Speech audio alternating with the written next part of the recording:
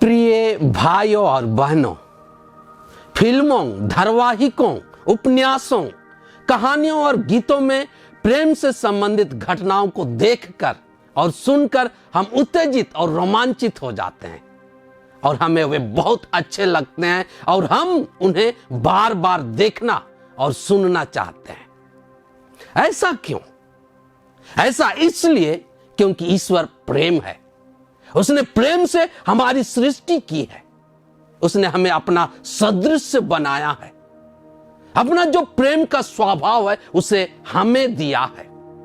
इसलिए हर इंसान प्रेम पाना और प्रेम बांटना चाहता है, और जब वह यह नहीं कर पाता है तो वह पागल सा हो जाता है और इसे पूरा करने के लिए किसी भी हद तक जाने को तैयार हो जाता है। जब हम हमारे मुक्ति के इतिहास को देखते हैं तो इसमें प्रेम ही मुख्य बात होती है जो हमारी मुक्ति का वजह बनती है। आज के पाठों में इसे ही हमें बताया गया है और हमें चुनौती दी जा रही है कि हम ईश्वरीय प्रेम को जाने, उसके लिए तरसें और उसे पाकर अपने जीवन में अमल करते हुए हर इंसान से विशुद्ध प्यार करें। यह हमारे सुसमाचार प्रचार और ख्रिस्त के साक्षी बनने का सबसे सटीक माध्यम बन सकता है। साथ ही इस बात को भी हम जाने कि ईश्वर के लिए किसी को मुक्ति और उद्धार देने का जो मापदंड है वह प्रेम ही है। इसलिए संत मत्ती के अध्याय 25 पद संख्या 31 से 46 के न्याय वाली घटना में यीशु ख्रिस्त कहते हैं, तुमने मेरे इन भाइयों में से किसी एक के लिए, चाहे वह कितना ही छोटा क्यों ना हो, जो कुछ किया तुमने मेरे लिए किया। आज 40 काल का चौथा रविवार है। हम धीरे धीरे 40 काल के अंतिम चरण की ओर आगे बढ़ रहे हैं। हम में से कई त्याग, तपस्या, उपवास, परहेज, विनती प्रार्थना और परोपकार के धार्मिक कार्यों को बड़ी गंभीरता से करते हुए हमारे सबसे बड़ा पर्व पास्का पर्व को मनाने के लिए तैयार कर रहे हैं। आज के पाठ हमें ईश्वर के गहरे और असीम प्यार से अवगत कराते हैं और बताते हैं कि मानव मुक्ति की इच्छा पूरी तरह से ईश्वरीय योजना थी। हम पूरे मानव जाति अपने पाप के कारण पतित हो चुके थे। हम में कोई भी ऐसे गुण पुण्य नहीं थे जिसके बदौलत हम अपने उद्धार की आशा कर सकते थे। ईश्वर हमारी दयनीय स्थिति पर तरस खाकर अपनी बड़ी उदारता दिखलाई और इसके लिए अपने इकलौते बेटे यीशु ख्रिस्त को इस दुनिया में भेजा। वह हमें दोषी साबित करने नहीं बल्कि प्रेम और दया प्रदर्शित करने आए और क्रूस पर अपना प्राण अर्पित कर इसे प्रमाणित किए। आज का पहला पाठ इतिहास के दूसरे ग्रंथ से पढ़ा गया। इसमें हमें बताया गया कि ईश्वर अपने स्वभाव के मुताबिक असीम प्रेम के कारण अपनी चुनी हुई प्रजा को लंबे समय तक तकलीफ में नहीं देख पाया और उनके निर्वासन से छुटकारे के लिए फारस के राजा सीरूस को माध्यम बनाया। वे बाबुल के निर्वासन से अपना देश लौटे, यरूशलेम मंदिर का पुनर्निर्माण किए और उनको फिर से अपनी पहचान मिले। यह ईश्वर की कृपा, दया और प्रेम था। इससे पहले इस्राएलियों के साथ क्या हुआ था?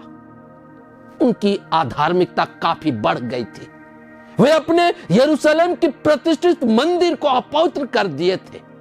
वे सच्चे ईश्वर के संरक्षण में रहने के बदले अन्य देवी देवताओं की पूजा सेवा कर रहे थे। इस तरह उनका हर आचरण ईश्वर के विरुद्ध में हो गया था। ईश्वर के विधान को वे भंग कर दिए थे। ईश्वर उनको अपनी ओर लाने का हर प्रयास किया। वह उनके बीच अपने दूतों और नबियों को भेजा। वे उनकी गलतियों को बताने का प्रयास किए, पर वे इतने कठोर हो गए थे कि उसका उन पर कुछ असर ही नहीं हुआ। उल्टे वे उनका उपहास किए, उनके उपदेशों का तिरस्कार किए और उनकी हंसी उड़ाई। उनको ईश्वर के मार्ग पर चलने के बदले अपने मार्ग पर चलना ही बेहतर लगा था। अतः ईश्वर उनके ही मार्ग पर चलने के लिए छोड़ दिया। परिणाम यह हुआ कि बाबुल के राजा का उन पर आक्रमण हुआ। उससे वे बचने में असमर्थ रहे। उनको जिन राजाओं और देवी देवताओं पर भरोसा था, कोई उनका साथ नहीं दिया। उनका इस मंदिर जला दी गई, यरूशलेम की चार दीवारी गिरा दी गई, सब चीजों को तहस नहस कर दिया गया। कई लोगों को तलवार के घाट उतारा गया। बचे हुओं को बंदी बनाकर बाबुल ले जाया गया। इस तरह वे दास और गुलाम बन गए। ईश्वर उन इस्राएलियों के लिए सब कुछ थे। वह उन्हें अपने बाहुबल से कई विपत्तियों से बचाए थे, पर वे उन्हें छोड़ दिए और उनकी ये स्थिति हो गई। क्या यहां इस घटना से हमारे लिए कुछ सीख मिलती है? हमारे लिए भी ईश्वर ही सब कुछ है, हमारा बल है, हमारा गढ़ है, हमारी सुरक्षा आदि।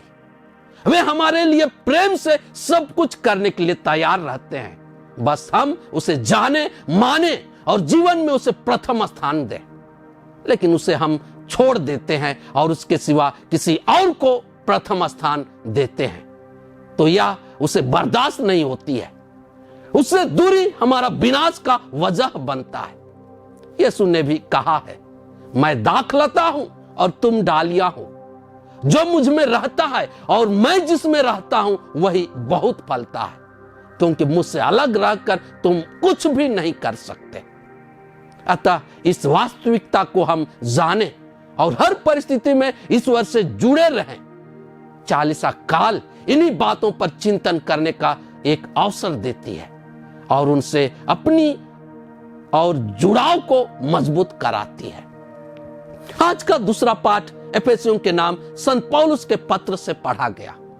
उसमें भी ईश्वर की उदारता, दया और उसकी बेसीमा प्यार को बताया गया है, और ये सब ईश्वर के बेटे यीशु ख्रिस्त के द्वारा हमारे लिए प्रकट हुआ है। संत पौलुस जब से यीशु ख्रिस्त को जाना और अपनाया, उसका संपूर्ण जीवन बदल गया। वे अत्याचारी थे, पर ईश्वर की कृपा से सदाचारी बन गए। अतः इस पाठ में वे अपना ईश्वर के प्रेम और दया के प्रति जो अनुभव रहा है उसे व्यक्त करते हैं।